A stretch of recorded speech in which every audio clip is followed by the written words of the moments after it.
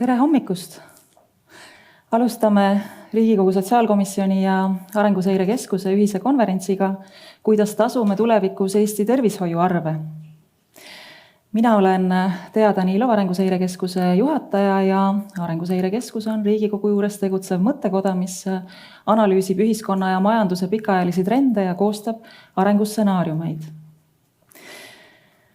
Ma mõtlesin pikalt, kuidas tänast konverentsipäeva raamistada, sest teame ju kõik, et Tervisekassa on juba teist aastat järjest defitsiidis ja reservid selle defitsiidi katmiseks ammenduvad parimal juhul käesoleva kümnendi lõpuks. Trendid, mis seda defitsiiti põhjustavad, paraku süvenevad. Mitte ei leevene, mis tähendab seda, et ravikindlustusmaksust saadavad tulud kasvavad aeglasemalt kui tervishoiukulud.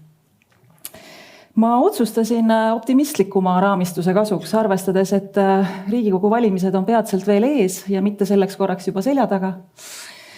Ja täna ma eelistaksin peamiselt rääkida sellest, kuidas ohjata kulude kasvu ja ületada defitsiit niimoodi, et teenused või nende kättesaadavus riiklikus ravikindlustuses ei väheneks ka pärast seda, kui reservid on ammendunud.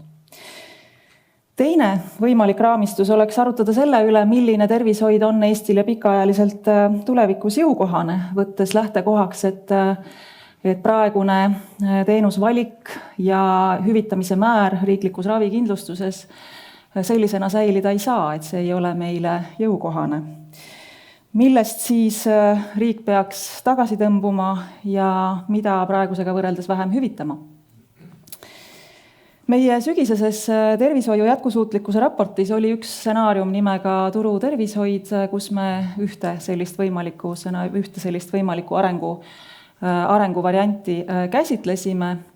Ja ka sellest kindlasti täna juttu tuleb, aga nagu öeldud, praegu enne Riigikogu valimisi olen ma veel otsustanud olla optimist, et riiklik ravikindlustus suudaks ka tulevikus hoida vähemalt praegust teenusvalikut ja kättesaadavust.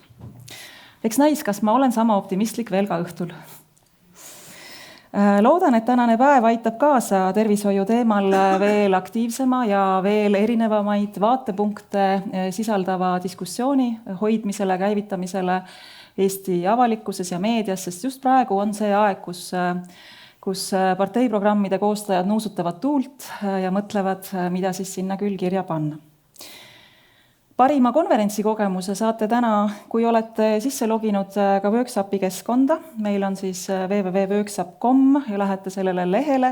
Ürituse tunnus on tervis26 ja saate ka selle QR-koodiga sinna ilusasti ligi. Ja seal on kõikide ettekannete juures võimalus küsida küsimusi, esitada kommentaare ja meil on ka sinna üles laetud materjale, millega saate tutvuda. Kui saalis olijad soovivad küsida, mis on väga-väga rõõmustav, olge aktiivsed, siis selleks on meil saalis mikrofon, see toimetatakse teieni ja saate küsida, kommenteerida.